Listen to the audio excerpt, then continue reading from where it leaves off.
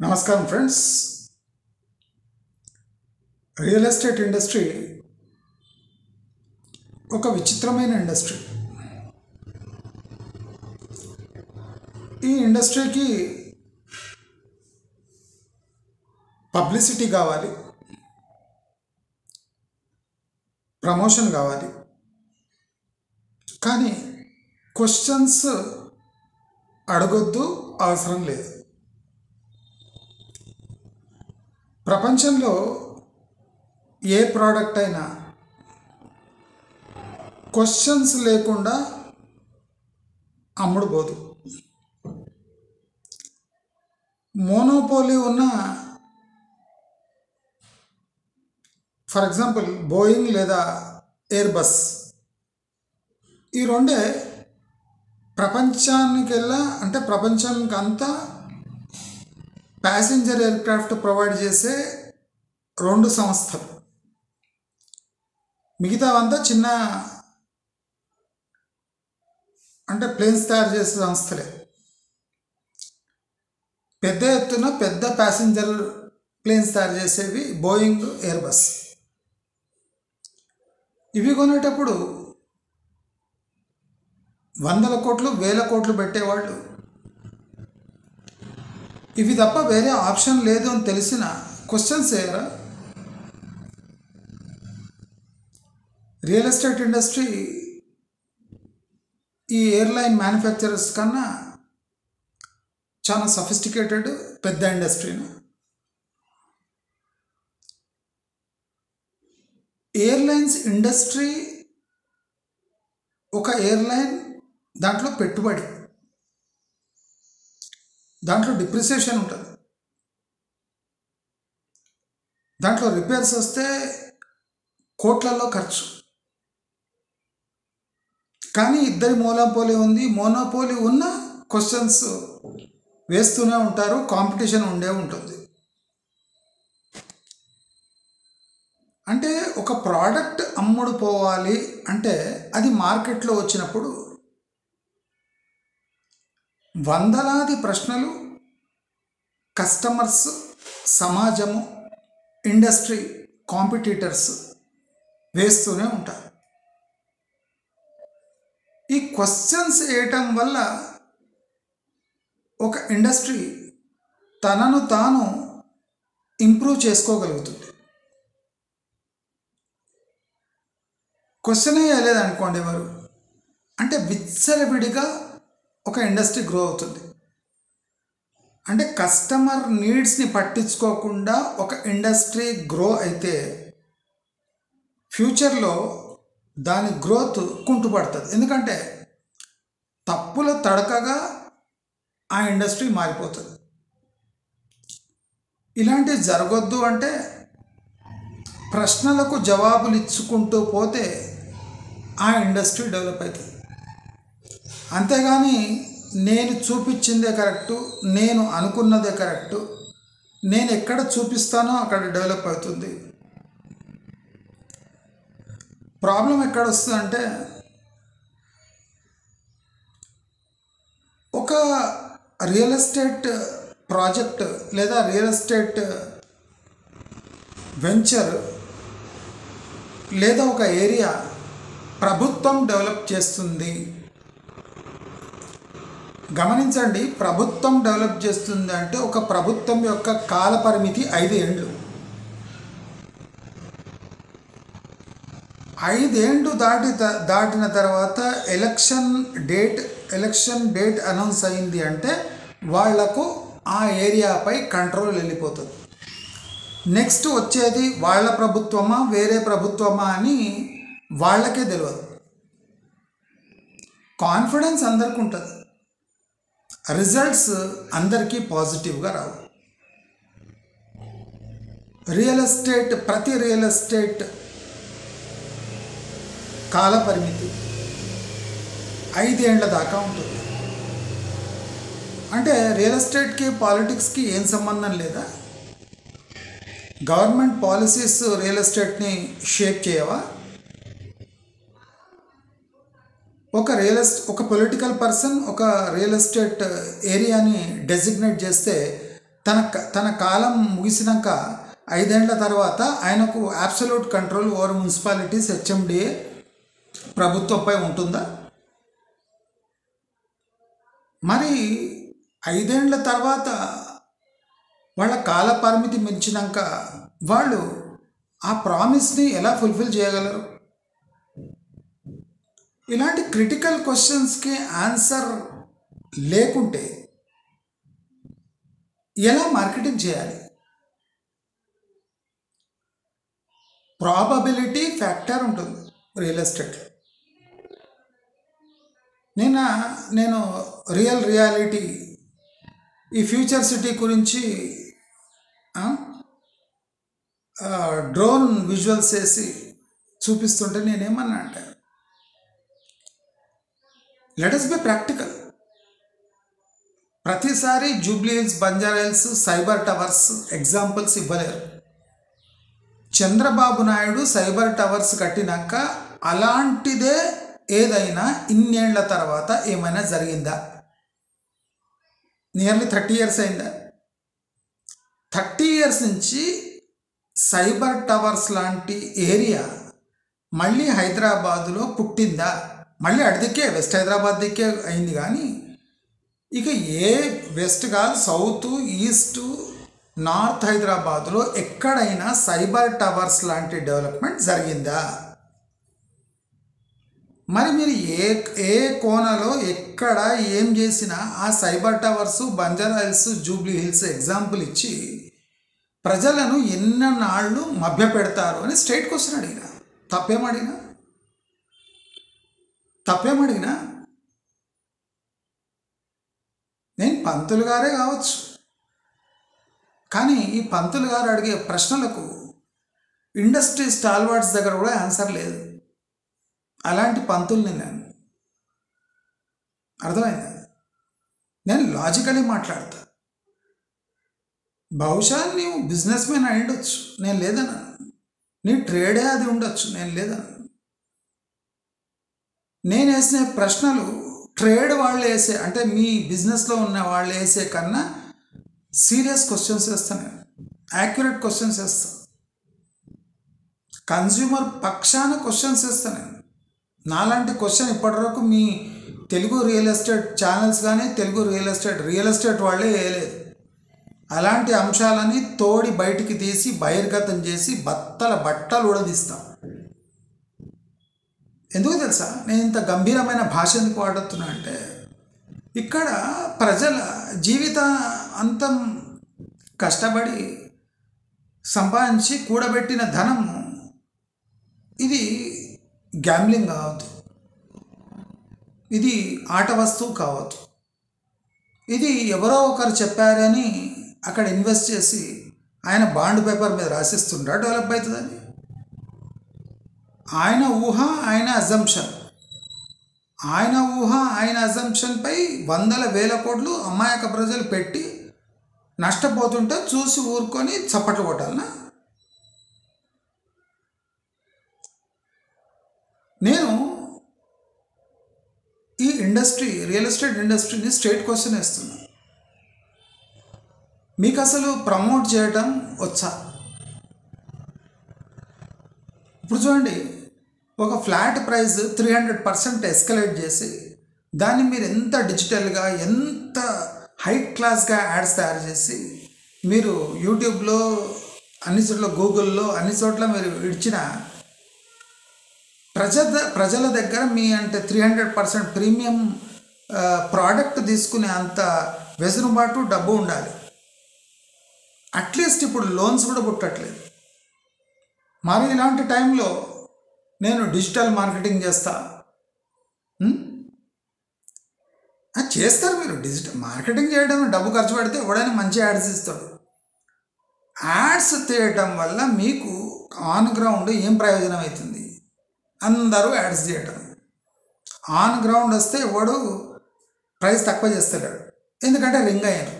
అంటే రింగ్ అయిన వాళ్ళంతా కలిసి యాడ్ తీసినా అమ్ముడు పోవు. ఎందుకంటే మీరంతా రింగ్ అయ్యి ఒక ప్రైస్ ఫిక్స్ చేసి దాని నుంచి దిగాను అంటే ఇక్కడ ప్రజల దగ్గర అంత డబ్బు లేదు, మీ యాడ్స్ వేస్ట్ అవుతుంది.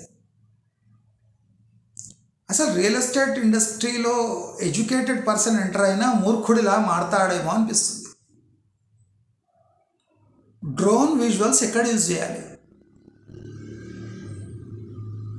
మీరు చూడండి, మీ బిల్డింగ్లోనే ఒక సెకండ్ ఫ్లోర్లో పోయి మీరు చూడండి, కింద మీకు మీ గల్లీ చాలా దూరం అనిపిస్తుంది, అంటే చాలా డీప్గా అనిపిస్తుంది, అంటే క్లియర్గా విజన్ ఉండదు. డ్రోన్ ఎందుకు వాడతారు? ఫస్ట్ రియల్ ఎస్టేట్ వాళ్ళు రియలైజ్ చేసుకోవాలి. మీరు డ్రోన్ ఎప్పుడు యూజ్ చేయాలంటే విస్తారమైన మీ ఎస్టేట్ ఉంటే, లేదా విస్తారమైన మీ లేఅవుట్ ఉంటే, అంటే 100 ఎకరాలు 200 ఎకరాలు లేఅవుట్ ఉంటే, దాన్ని ఒక కస్టమర్కి ఒక్క దెబ్బలో చూపించాలంటే మీరు ఒక డ్రోన్ని బయట పంపిస్తే మీ టోటల్ లేఅవుట్ ఒక ఐడియా వస్తుంది, దాని బ్యూటీ ఎన్హాన్స్ అవుతుంది, రోడ్స్ క్లియర్గా కనిపిస్తాయి. ఇవాళ రేపు గూగుల్ ఇమేజెస్ వచ్చినాక మీ లేఅవుట్స్ కనిపిస్తాయి, అన్నీ కనిపిస్తాయి. పోనీ మీ తరఫున ఒక డిజిటల్ యాడ్ వేయాలనుకున్నారు, దానికి డ్రోన్ యూజ్ చేస్తుంటారు, సరిపోయింది. మీ లేఅవుటే 10 ఎకరాలు 15 ఎకరాలు 20 ఎకరాలు. పోనీ నేను నిన్న ఫ్యూచర్ సిటీలో మీరు రైతులకు అలొకేట్ చేసిన ప్లాట్స్ చూపించి, మీరు ఆ ప్లాట్స్ చూపించడం వల్ల మీరేం చెప్పాలనుకున్నారు? అక్కడ ల్యాండ్ ఇచ్చిన వాళ్లకు ప్లాట్స్ అలొకేట్ చేస్తే అసలు వాళ్ళు ఆ ప్లాట్ని ఇప్పటిదప్పుడు అమ్ముకుంటారా, వచ్చి ఉంటారా? అసలు దేనికోసం ఇచ్చింది ల్యాండ్ గవర్నమెంట్? అడిగినరా వాళ్ళు? ప్లాట్స్ అలొకేట్ చేయమని అడిగినరా? ఎందుకు ఇచ్చింది ల్యాండ్? ఈ తీసుమార్కని పనులు ఎందుకు చేయాలి? ఇప్పుడు ఆ లేఅవుట్ డెవలప్ అయితే ఆ లేఅవుట్ ఎక్కడుంది?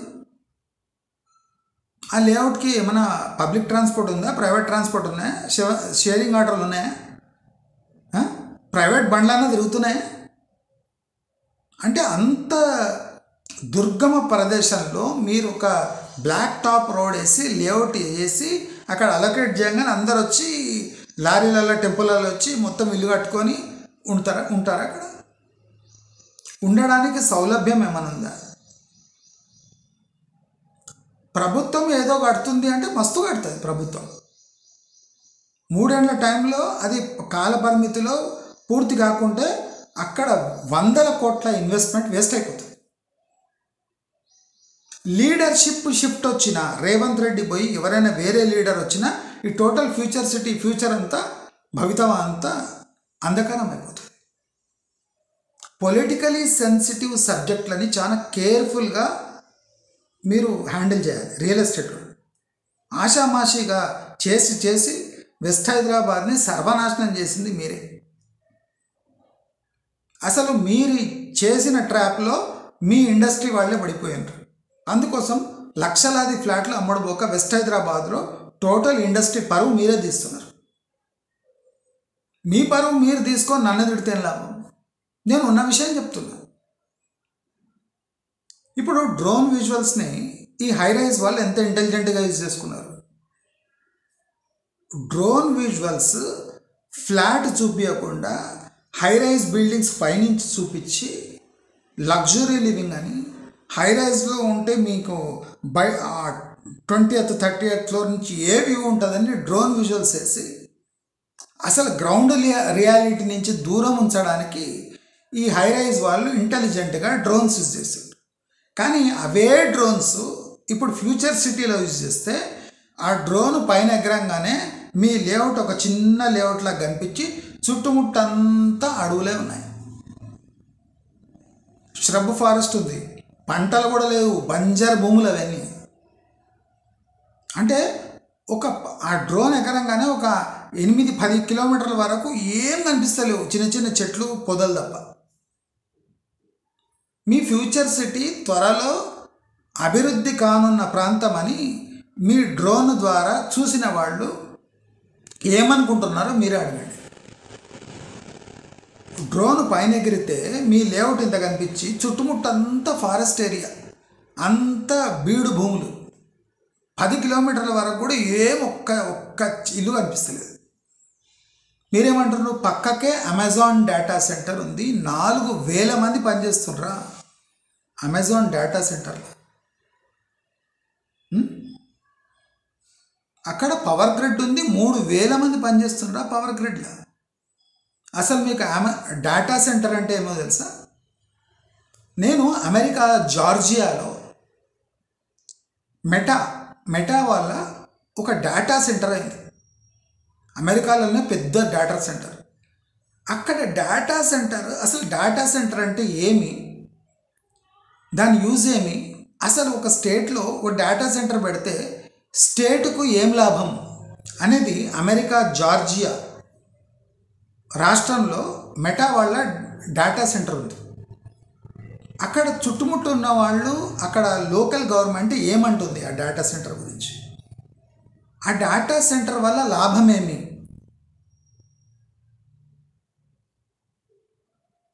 ఒక డేటా సెంటర్ పెడితే ఆ చుట్టుముట్టు అంటే ఆ డిస్ట్రిక్ట్లో ఆ రాష్ట్రానికి తీరని కీడు జరుగుతుంది. ఆ డేటా సెంటర్లో పవర్ ఎంత కన్జ్యూమ్ అవుతుందంటే కొన్ని వేలాది ఇండ్లకు, లక్షలాది ఇండ్లకు కావాల్సిన కరెంటు ఒక డేటా సెంటర్ తీసుకుంటుంది. ఆ డేటా సెంటర్ జనాలకు ఎంప్లాయ్మెంట్ ఇవ్వడానికి ఉండదు. తన సూపర్ కంప్యూటర్స్ కనెక్ట్ అయ్యి అన్ఇంటరప్టెడ్ పవర్ సప్లైతో టోటల్ గ్లోబల్ చైన్స్ని కంట్రోల్ చేయడానికి సూపర్ కంప్యూటర్ స్టోర్ చేసే ఒక గోడౌన్ మాత్రమే. 4,000 మంది పనిచేస్తుండ్రా అమెజాన్ డేటా సెంటర్లో. పవర్ గ్రిడ్లో 3,000 మంది పనిచేస్తారా? 3,000 మంది పవర్ గ్రిడ్లో, ఒక గ్రిడ్లో 3,000 మంది పనిచేస్తారు. అమెజాన్ డేటా సెంటర్లో 4,000 మంది పనిచేస్తారా? ఫాక్స్కాన్లో 15,000 మందికి ఎంప్లాయ్మెంట్ అన్నారు. ఎంతమంది పనిచేస్తున్నారు ఫాక్స్కాన్లో? మజాక్ అయిపోయిందా మీకు? జనాల దగ్గర అవసరం ఉందని, వాళ్ళు వెతుకుతున్నారని నోటికి వచ్చిన అబద్ధం చెప్తారా? ఫాక్స్కాన్లో 30,000 ఎంప్లాయ్మెంటు, 1,00,000 మందికి ఇండైరెక్ట్ ఉపాధి అట కేటీఆర్ ఉన్నప్పుడు. వాడికి నోటికి వచ్చినట్టు వాగిండు, అందుకోసం ఇంటికి పంపించారు. మజాక్ అయిపోయిందా? బూతులు వస్తేనా? ఫాక్స్కాన్లో 10,000 ఎంప్లాయ్మెంటా, 1,00,000 మందికి, 30,000 మందికి ఇండైరెక్ట్ ఎంప్లాయ్మెంట్, 1,00,000 మంది దాని మీద బతుకుతారా ఫ్యామిలీస్? సిగ్గుందా? మొన్న డొనాల్డ్ ట్రంప్ ఏమన్నాడు? అసలు యాపిల్ కంపెనీ ఇండియాలో మ్యానుఫ్యాక్చర్ చేయకండి, చైనాకి తీసుకుపోండి, నేను చూసుకుంటా అంటున్నాడు. దాని ఎఫెక్ట్ ఏముండదా ఫాక్స్కాన్ మీద? యాపిల్ మీద ఏముండదా? డొనాల్డ్ ట్రంప్ అంత వేస్ట్ కాడా? వాడు ఎందుకన్నా డైరెక్ట్గా యాపిల్ కంపెనీలు మీరు ఇండియాలో తయారు చేయకుండా నేను డైరెక్ట్ ఒక ప్రెసిడెంట్ ఎందుకన్నాడు? దాని ఎఫెక్ట్ ఏమి ఇండస్ట్రీ మీద ఉండదా? బాబాయ్ అనే వచ్చేస్తాడా, ఇండియాకి వస్తాడా? యాపిల్కి అంత దమ్ముందా? అసలు హైదరాబాద్లో డేటా సెంటర్స్ ఎందుకు నిర్మిస్తున్నారు మీకు తెలుసా? పవర్ ఎంత కన్జ్యూమ్ అవుతుంది తెలుసా? వాళ్ళు పవర్కి ఎంత పే చేస్తారు తెలుసా? పవర్ మీద డిస్కౌంట్ ఇస్తే స్టేట్లో పవర్ స్కేర్సిటీ ఏర్పడుతుందని మీకు తెలియదు. ఒక డేటా సెంటర్ అంటే తెలియదు, ఒక డ్రై పోర్ట్ అంటే తెలియదు. డ్రై పోర్ట్ వస్తే ఆ ఏరియా డెవలప్ అయిపోతుందా? డ్రై పోర్ట్ అంటే ఏం తెలుసా ఎక్స్పోర్ట్ టర్మ్స్లో? అమేజింగ్ సబ్సిడీస్ ఇచ్చి ఇండస్ట్రీస్ని ఒక చోట ఆకర్షిస్తే అవి ఎక్స్పోర్ట్ ఓరియంటెడ్ ఇండస్ట్రీస్ అయితే అవి ఎక్స్పోర్ట్ చేయడానికి ప్రోడక్ట్స్ కష్టంగా ఉంటే అప్పుడు ఒక డ్రై పోర్ట్ అలొకేట్ చేస్తారు. మన దగ్గర వచ్చింది అడుక్కొని వచ్చిన డ్రై పోర్ట్. ఇక్కడ ఉన్నది ఫార్మా ఇండస్ట్రీస్. అర్థమైందా? డ్రై పోర్ట్ అంటే ఏంది? రాష్ట్ర వ్యాప్తంగా ఉన్న ఎక్స్పోర్ట్ ఓరియంటెడ్ యూనిట్స్ ఆ డ్రై పోర్ట్లో తమ గూడ్స్ పెట్టి దాన్ని అన్ని అప్రూవల్ చేసి డైరెక్ట్గా ఎక్స్పోర్ట్ చేయడం. ఇప్పుడు మీరు డ్రై పోర్ట్కి చాలా ఇంపార్టెన్స్ వస్తుంది, అదంతా పెరుగుతుందని మార్కెటింగ్ స్టార్ట్ చేసింది కదా.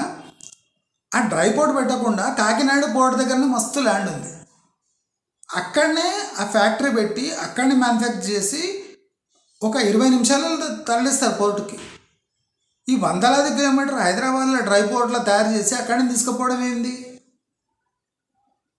అసలు అక్కడ డ్రై పోర్ట్ ఎంత యూజ్ అవుతుంది మీకు తెలుసా? లాజిస్టిక్ పార్క్కు పెద్ద ఇంపార్టెన్స్ ఏముంది? లాజిస్టిక్ పార్క్ అంటే ఇక్కడ చుట్టుముట్టు అయిన గూడ్స్ని లేదా ఒక సెంటర్ పాయింట్ని పెట్టుకొని ఇక్కడి నుంచి డిస్ట్రిబ్యూట్ అవుతాయి గూడ్స్. అదేమైనా హైటెక్ ఇండస్ట్రీనా లాజిస్టిక్ పార్క్? దాంతో డైరెక్ట్ ఏం లాభపడుతుంది ప్రభుత్వం? జిఎస్టీలు చెల్లిస్తారా వాళ్ళు? లాజిస్టిక్ హబ్ అంటే ట్రాన్సిట్ ఒక వెయిటింగ్ పాయింట్. అది లాజిస్టిక్ హబ్ అంటే ఇది ట్రాన్సిట్ అప్పుడు ఒక చోట గూడ్స్ని స్టోర్ చేసి మళ్ళీ డిస్ట్రిబ్యూషన్ సెంటర్. అది దాంట్లో ఏం పెద్ద టెక్నాలజీ పెద్ద మాస్ ఎంప్లాయ్మెంట్ ఏముండదు, అంతా లేబర్ ఉంటారు ఎంప్లాయ్మెంట్. అమెజాన్ డేటా సెంటర్లో 4-5 వేల మంది పనిచేస్తుండ్రా.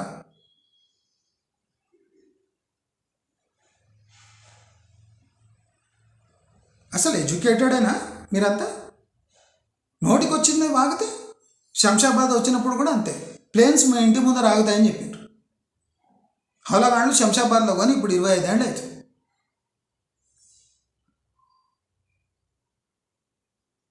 If you compare Shankarpalli, Shamshabad and future city, మీ 3 కంపేర్ చేయండి. శంకర్పల్లి అవుట్స్కట్స్ కదా వెస్ట్ హైదరాబాద్, శంషాబాద్ అవుట్స్కట్స్ కదా హైదరాబాద్కి, సేమ్ డిస్టెన్స్లో మీరు ఫ్యూచర్ సిటీ కడుతున్నారు కదా.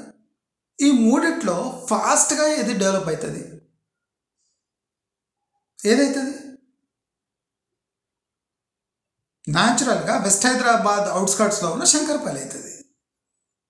నెక్స్ట్ బెస్ట్ ఇన్వెస్ట్మెంట్ ఎక్కడుంది? ఎప్పటి నుంచో డెవలప్ అయిన ఎయిర్పోర్ట్ చుట్టుముట్టున్న శంషాబాద్ కావాలి. శంషాబాద్కు ఉన్న ఫెసిలిటీస్ ఫ్యూచర్ సిటీకి ఉందా?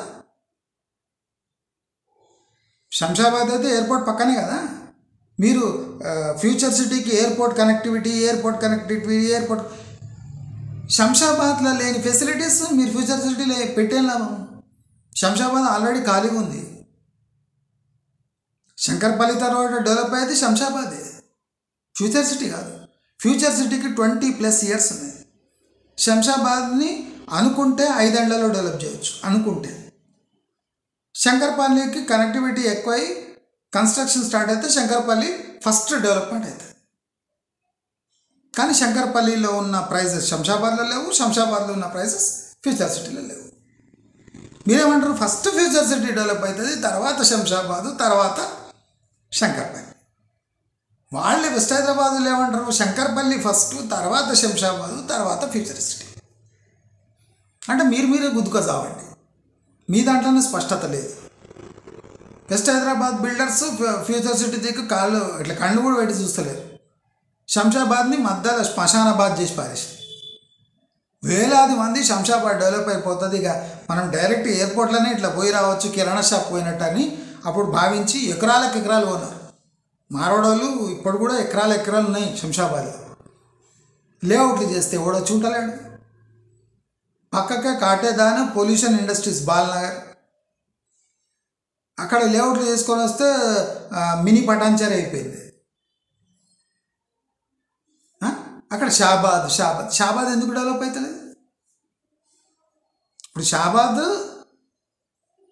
ఇండస్ట్రియల్ డెవలప్మెంట్ కదా ఆ ఏరియా మొత్తము. షాబాద్లో ఎందుకు లేఅవుట్లు డెవలప్ అవుతలేవు? వచ్చాడు రండ్రా అంటే ఎవడు వస్తలేడు ఎందుకో.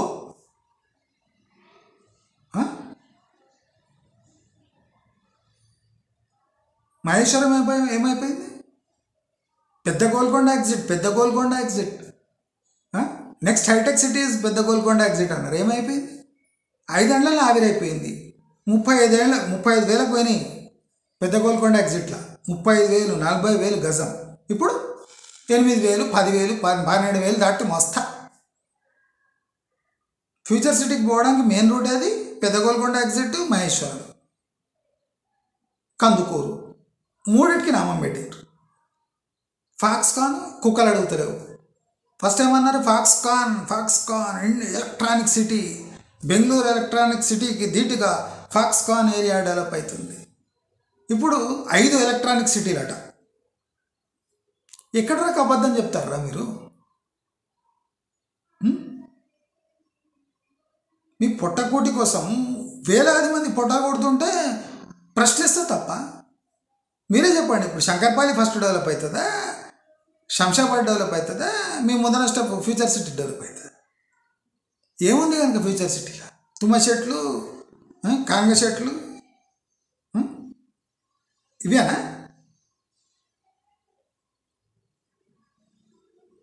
మోదుగ చెట్లు, ఆ బతుకమ్మ మీద ఎల్లో కలర్ పూలు పెడతారు కదా అవి. ఏంది ఇది? డ్రై పోర్ట్ డెవలప్ అవుతుంది. డ్రై పోర్ట్ అంటే ఏంటి తెలుసా? ఎక్స్పోర్ట్ టర్మ్స్ ఏమైనా తెలుసా మీకు? డ్రై పోర్ట్ అంటే ఇన్నేళ్ళకి ఇప్పుడు డ్రై పోర్ట్ ఎందుకు తయారు చేస్తారు? రియల్ ఎస్టేట్ కోసం అంతే. ఇక్కడ రైల్లో వేసి పోర్ట్స్కు పంపించేంత హెవీ మెటీరియల్ ఏం తయారు కాదు హైదరాబాద్లో. ఫార్మస్యూటికల్స్కి రైల్ నెట్వర్క్ ద్వారా పంపించే అవసరం లేదు. మినరల్స్ లేదా హెవీ ఎక్విప్మెంట్, బాయిలర్స్ అటువంటివి ఎక్స్పోర్ట్ చేసేది ఉంటే దానికి రైల్ నెట్వర్క్ కావాలి. ఓర్స్, మినరల్స్ ఇటువంటివి ఉంటాయి కదా, దానికి రైల్ నెట్వర్క్ కావాలి. ధాన్యం అంటే హెవీగా వీటు, రైసు, మెట్రిక్ టన్నులు ఎక్స్పోర్ట్ కంటిన్యూస్గా అవుతున్నాయి అంటే అప్పుడు రైల్ నెట్వర్క్ కావాలి. లేదా రోడ్ నెట్వర్క్. ఇక్కడ అన్నీ మోస్ట్లీ ఎయిర్లైన్ పోతాయి. డ్రై పోర్ట్ అనే దానికి మీనింగే తెలియదు మీకు. ఫస్ట్ నిమ్స్ అన్నారు. ఏమైంది నిమ్స్? వేలకు వేల ఎకరాలట, ఉన్న ఎకరాలకే దిక్కులేదట. నిమ్స్ పేరు చెప్పి వందల మందిని ట్రాప్ చేసిండ్రు నిమ్స్లో. నేను కోకోల ఎగ్జాంపుల్ ఇస్తా, నన్ను రెచ్చగొట్టద్దు. అసలు ఒక టర్మ్కి మీకు అసలు మీనింగే తెలియదు.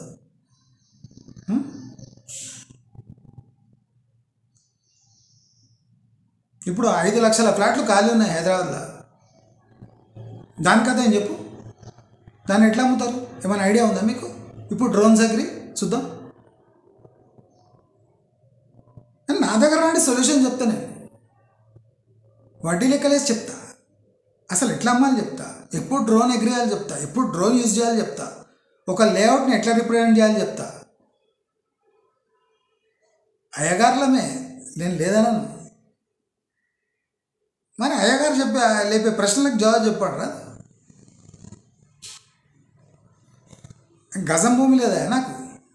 నేను ఎత్తే ప్రశ్నలకు నువ్వు జవాబు చెప్పు చూద్దాం. ఒక లేఅవుట్ని ఎలా చూపించాలి? ఇక్కడ కమర్షియల్, సౌత్ ఫేస్, నార్త్. నీ ప్లాట్ అమ్ముడు పోక దిక్కు లేక లేఅవుట్ ఏళ్ళ నుంచి అట్లా వాడు ఉంటే దాంట్లో కమర్షియల్ బిట్ ఎందుకు తేవాలి? ఫస్ట్ ప్లాట్ అమ్ముడు పోవాలి, మూసుకొని కూర్చోవాలి. ఫస్ట్ వెనక ఉన్న ప్లాట్స్ ఎట్లా అమ్మాలి? టేలెంట్ కొన్ని పనికి మాలిన ప్లాట్ అంటారు అదని. అసలు నీవు ఆ కంపౌండ్ వాళ్ళు కట్టకుంటే ఒక లేఅవుట్ ఫాస్ట్గా డెవలప్ అవుతుంది. మీరు ఒక గార్డెన్ ఫెన్సింగ్ ఉంటుంది కదా, అంటే గార్డెన్కి ఫెన్స్ వేసే ఒక చెట్లు ఉంటాయి కదా, అవి పెట్టి ఒక సూడో కంపౌండ్ వాల్ లాగా కట్టి మొత్తం నాటి మీరు ఒక లేఅవుట్ నమ్మండి, అది ఫాస్ట్గా పోతుంది. వన్స్ లేఅవుట్ డెవలప్ అవుతుంటే ఈ బార్డర్ ఫెన్స్ ఉంది కదా, మెల్లగా తొలగించి రోడ్డుకు స్పేస్ ఇవ్వండి. అంటే బయటి లేఅవుట్స్తో ఇది కనెక్ట్గా అయ్యేటట్టు చూడండి. మీ హెచ్ఎండి, డిటిసిపి ఇట్లా సేల్ అవుతాయి. బుర్ర లేని సన్నాసులు వేలాది లక్షలాది రూపాయలు పెట్టి కాంపౌండ్ వాల్ కడుతున్నారు. ఆ కాంపౌండ్ వాల్ వల్లనే సెక్యూరిటీ అని పేరు చెప్పి మీరు కాంపౌండ్ వాల్ కట్టడం వల్లనే కనెక్టివిటీ లేకుండా ఒక లేఅవుట్ ఎవరు తీసుకుంటారు. ఒక కాంపౌండ్ వాల్ పక్కకు ఇంకొక కాంపౌండ్ వాల్, అంటే ఒక లేఅవుట్కి ఇంకో లేఅవుట్కి సంబంధం లేదు. ఒక లేఅవుట్ నుంచి ఇంకో లేఅవుట్ వేరే రోడ్డుకు పోవాలంటే వాడు తిరిగిపోవాలి. ఎందుకు? ఒక లేఅవుట్ ఇంకో లేఅవుట్ ఇంటర్ కనెక్ట్ అయ్యింటే దాని కనెక్టివిటీ వల్ల పక్క లేఅవుట్స్ అన్నీ డెవలప్ అవుతాయి. మీ లేఅవుట్ కూడా కమర్షియల్ అవుతుంది. మీ లేఅవుట్ పాత లేఅవుట్ కాదు, కమర్షియల్ లేఅవుట్ అవుతుంది. ఒక లేఅవుట్ని టోటల్ లేఅవుట్ని కమర్షియల్గా ఎలా మార్చాలో కూడా బుర్ర లేని విధవలు రియల్ ఎస్టేట్లో వర్ధిల్లుతున్నారు. మీరు ఇట్లంటే చేస్తుంటే మన అయ్యగారులు రావాల్సి వస్తుంది రియల్ ఎస్టేట్ ఛానల్లో. ఒక అయ్యగారు వచ్చి రియల్ ఎస్టేట్ ఛానల్ని శాసిస్తున్నాడంటే ఎట్లా శాసిస్తున్నాడు మీరే ఆలోచించాలి. అంటే మీకు లేని బుర్ర మాకు ఉంది కనుకనే, లేకపోతే 3.5 lakh వాచ్ అవర్స్ రావు. ఇవ్వడానికి లేవు, పోయి చూసుకోండి. వాడు అర్ధగంట వీడియో చేస్తే 3 నిమిషాలు కూడా చూస్తాడు జనాలు, మొత్తం ఫేక్ అని. అయ్యగారుల వీడియో ఎందుకు చూస్తారు? అందరికి తెలుసు నేను అయ్యగారులు అని. గజం భూమి లేదని తెలుసు, కిరాయి ఇంట్లు ఉంటాయని తెలుసు అందరికీ. ఎవడు అంటలేడు నువ్వు కిరాయి ఇంట్లో ఉంటున్నావు, మరి నువ్వు రాంగ్ ప్రశ్నలు ఇస్తున్నావు, నువ్వు ప్రశ్న వేసే అధికారం లేదంటలేడు ఇవ్వడు. వేలాది మంది చూస్తున్నారు డైలీ. కరెక్టే సార్ మీరు చెప్పేది కరెక్టే అంటాడు. మరి ఎందుకంటారు? వాళ్ళకి తెలుసు కదా నేను అయ్యగారిని. నేను లేఅవుట్ ఓనర్నా రియల్ ఎస్టేట్ పర్సన్ కాదు, అందరికి తెలుసు. మా ఛానల్ ప్రతి ఒక్కరికి తెలుసు. అంత నిజాయితీగా ఉన్నా. నేను ఎవరితో కలవాను నేను. వేలాది మంది చూస్తున్నారు. ఎందుకు చూస్తున్నారు? ఎందుకంటే నేను కరెక్ట్ ప్రశ్నలు వేస్తున్నా. దాని దగ్గర మీకు జవాబు లేదు. కౌంటర్ వీడియో వేసే దమ్ము లేదు వానికి. దమ్ము ఎవరికైనా ఉందంటే కథమే వాడు. ఇంకో 2 వీడియోలు వేస్తాను. మీరు నిద్ర నుంచి ఇట్లా లేవాలి మళ్ళీ ఆ వీడియోస్ చూసి. మన కర్మ కాదు. ఒక లేఅవుట్ ఉంది, ఆ లేఅవుట్ ఫస్ట్ కమర్షియల్, టోటల్ లేఅవుట్ని కమర్షియల్ ఎలా చేయాలో ఆలోచించండి. ప్లాట్లు కమర్షియల్ చేసి అమ్మేయడం కాదు. ప్లాట్లు ఎన్నటికీ కమర్షియల్ కావు. ఒక కాంపౌండ్ వాల్ ఉన్న హెచ్ఎండిఏ లేఅవుట్, డిటిసిపి లేఅవుట్లు కమర్షియల్ కావాలంటే ఫస్ట్ కాంపౌండ్ వాల్, చుట్టుముట్టు కాంపౌండ్ వాల్ బ్రేక్ కావాలి. దానికి కనెక్టివిటీ పెరుగుతుంది. కనెక్టివిటీ పెరిగితే కమర్షియల్ ఎట్లయితుంది? ప్రతి ఒక్కడు అమ్మేవాడు లోపల రావాలి, సౌలభ్యం పెరుగుతుంది, షాపులు వస్తాయి. బయటి వాళ్ళు కూడా ఆ లేఅవుట్లో వచ్చి కమర్షియల్ యాక్టివిటీ అయితే ఆ టోటల్ లేఅవుట్ కమర్షియల్ అవుతుంది. మీరు చుట్టుముట్టు కాంపౌండ్ వాల్ కట్టి, ఒక ట్యాంక్ కట్టి, రోడ్లు వేసి, ఒక సెక్యూరిటీ గేట్ పెడితే అది డెవలప్ అయిపోతుంది. అది లేట్. సన్నాసులు అంటారు మిమ్మల్ని.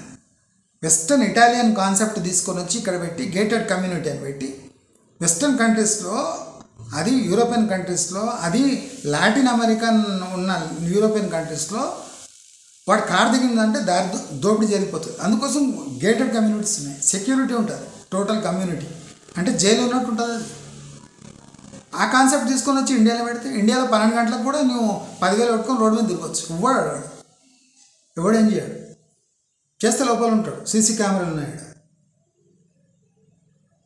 భారతదేశంలో నువ్వు సెక్యూరిటీ ఉంది. ఇక్కడ ఆడపిల్ల కూడా ఒక సెకండ్ షో చూసుకొని రోడ్డు మీద వస్తుంటుంది, నడుచుకుంటుంది, ఏం కాదు.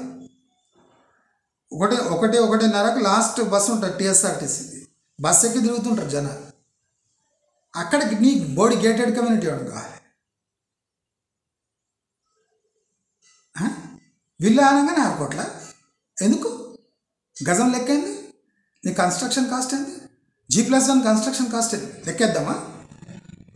దానికి అక్కడున్న యావరేజ్ ఎకర్ ఎంత? నువ్వు 200 గజాలు అన్నాగానే దాన్ని ఒక్కసారి 50 లక్షలు ఎట్లంటావు? 200 గజాలు 50 లక్షలా?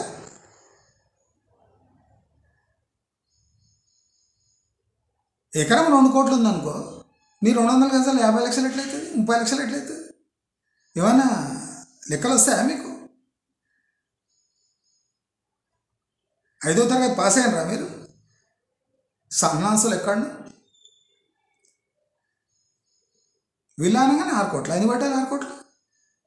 ల్యాండ్ కాస్ట్ ఎంత, కన్స్ట్రక్షన్ కాస్ట్ ఎంత? ఎవడైనా ఆన్లైన్ పోయినా యూట్యూబ్లో చూసినా తెచ్చిపోతుంది G+1 ఎంత అని. ఎస్ఎఫ్టీ లెక్కలు వస్తున్నాయి. అంటే 3-4 ఫ్లాట్లు కొంటే అదొక విల్లా అవుతుందా? లెక్కలు మీరు సరిగ్గా వేసుకోండి. ఫస్ట్ మోస్ట్ పొల్యూటెడ్ జోన్స్లో హైరైజ్లో కట్టి ముక్కులో డైరెక్ట్ కంప పోతుంటే వాడు నీ ఫ్లాట్ 2 కోట్లు వేసుకుంటాడా? ఎందుకని?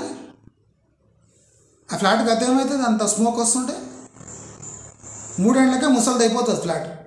దాని డిప్రిసియేషన్ తీస్తే టోటల్ వాడు రీసేల్ వాల్యూ ఎంత ఉంటుంది? 2 కోట్ల ఫ్లాటు 50 లక్షలకు కూడా పోదు. 3 ఏళ్లలో 2 కోట్ల ఫ్లాట్ 50 లక్షలకు పోదు పొల్యూషన్ జోన్లో పెడితే.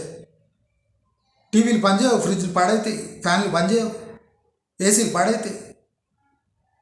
2 కోట్లు పెట్టి కొంటే ఏం లాభం? పొల్యూషన్, హెవీ పొల్యూషన్ అంటే వాడు హాస్పిటల్లో ఉంటాడు, ఫ్లాట్లో ఉంటాడు. మళ్ళీ అమ్మాలని చూస్తే 50 లక్షలకు పోతుంది ఫ్లాట్. నేను అందుకని చెప్పిన Shankarpally, Shamshabad future city company వేసుకోండి. వరంగల్ హైవే ఎందుకు డెవలప్ కాదు? రీజన్స్ ఏమున్నాయి? పొలిటికల్ రీజన్స్ ఏమున్నాయి? కేసీఆర్ ఫార్మర్స్ దిక్కు, ములుగు దిక్కు డెవలప్ అవుతుందా?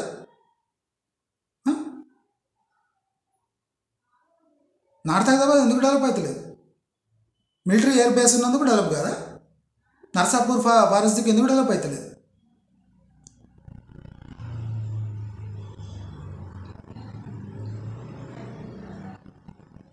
ఏదైనా ప్రాపర్ లాజిక్ ఉండాలి.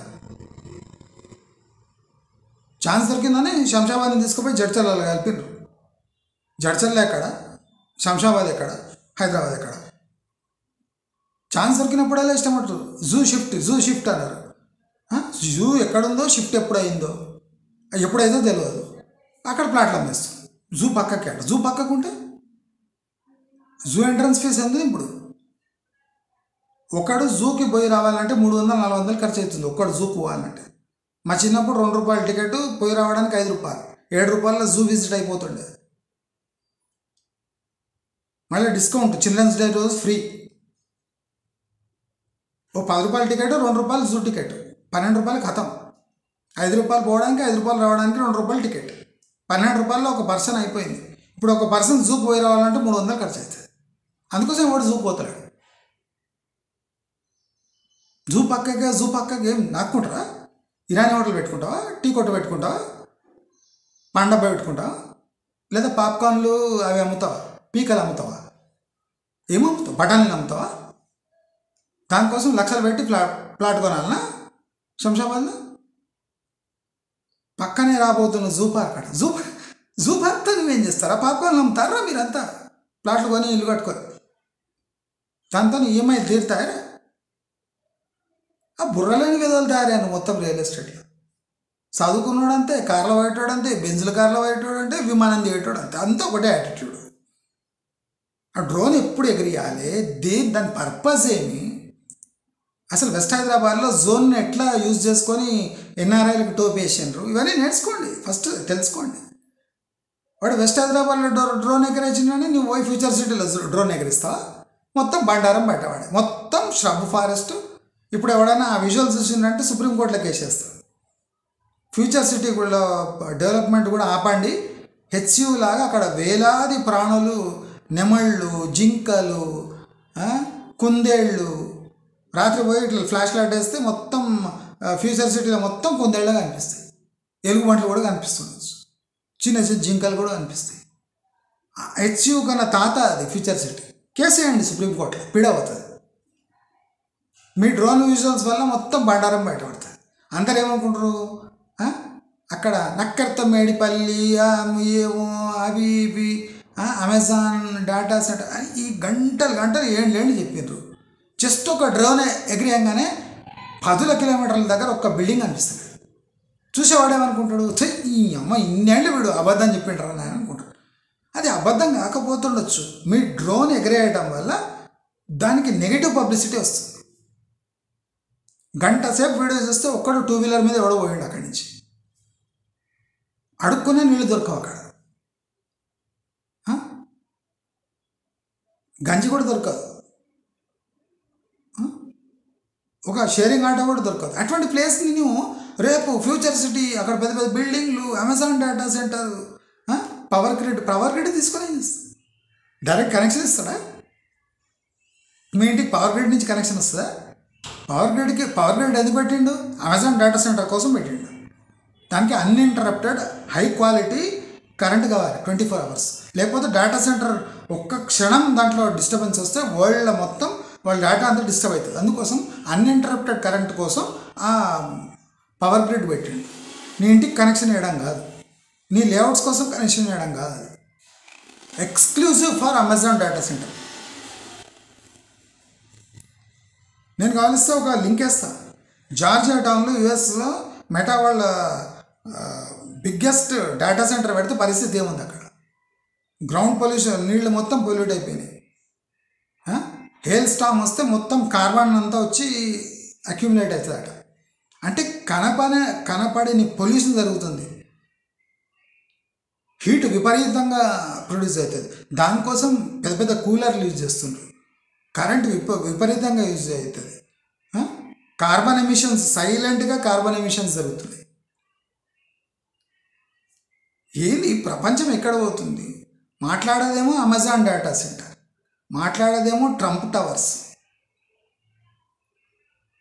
టోటల్ కొలాప్స్ అయిన రియల్ ఎస్టేట్లో గుర్గాంలో ఒక్కరోజు 3,500 కోట్ల ట్రంప్ టవర్స్లో ఫ్లాట్లు అమ్ముడుపోయినాయి. అంటే దాని ఏం సంకేతం? ట్రంప్ అనే బ్రాండ్ పెడితే అమ్ముడుపోతున్నాయి, లేకపోతే పోతలేవని అర్థం. ఇక్కడ కూడా 2 ట్రంప్ టవర్స్ కడితే ఒక నెలలో అమ్ముడుపోతుండొచ్చు.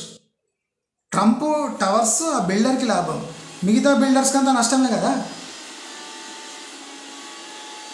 ఇప్పుడు మై హోమ్ అని ఒక హై రైజ్ కట్టాడు, మై హోమ్ హై రైజ్, అవి పోతలేవు. దాని పక్కకే ట్రంప్ టవర్స్ అని కట్టిండు, ఒక నెలలో అమ్ముడుపోయినాయి అన్నీ హాట్ కేక్స్ లాగా. అంటే అర్థమైంది, ట్రంప్ మై హోమ్ అని పెడితే అయిపోయింది. ట్రంప్ రాజపుష్ప అన్నిటికీ ట్రంప్ పెట్టాలి. అది ఎంత కంపు కొట్టినా దాని పేరు ట్రంప్ పెడితే ట్రంప్కి ఇన్ని పైసలు, డెవలపర్కి ఇన్ని పైసలు. అది ట్రంప్ టవర్స్ కాదు, అది ట్రంప్కి ఆ డిజైన్ కూడా తెలిసి ఉండదు. ట్రంప్ తన పేరుని రాయల్టీగా వాడుకుంటున్నాడు. ఇది కూడా తెలియని సన్నాసులు ట్రంప్ టవర్స్ వస్తున్నాయి. ట్రంప్ టవర్కి నీ రియల్ ఎస్టేట్కి ఏ సంబంధం లేదు.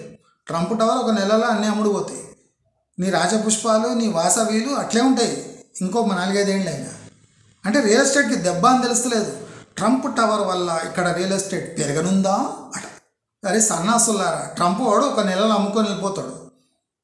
తర్వాత రియల్ ఎస్టేట్ వాళ్ళకి అంతా కంపే. లోకల్ రియల్ ఎస్టేట్ వాళ్ళకి దెబ్బ అని కూడా తెలుసుకోలేని మూర్ఖపు సన్నాసులు మన రియల్ ఎస్టేట్లో తగలెడుతున్నారు. అందుకోసం దేశం ఇట్లుంది.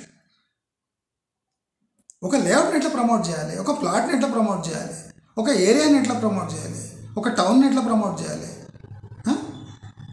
ఒక డిటీసీపీని ఎట్లా ప్రమోట్ చేయాలి, ఒక హెచ్ఎండిని ఎట్లా ప్రమోట్ చేయాలి, ఒక ఫార్మ్లను ఎట్లా ప్రమోట్ చేయాలి, ఒక అగ్రికల్చర్ ప్రాపర్టీని ఎట్లా ప్రమోట్ చేసి దాన్ని కమర్షియల్గా ఎలా అమ్మాలి.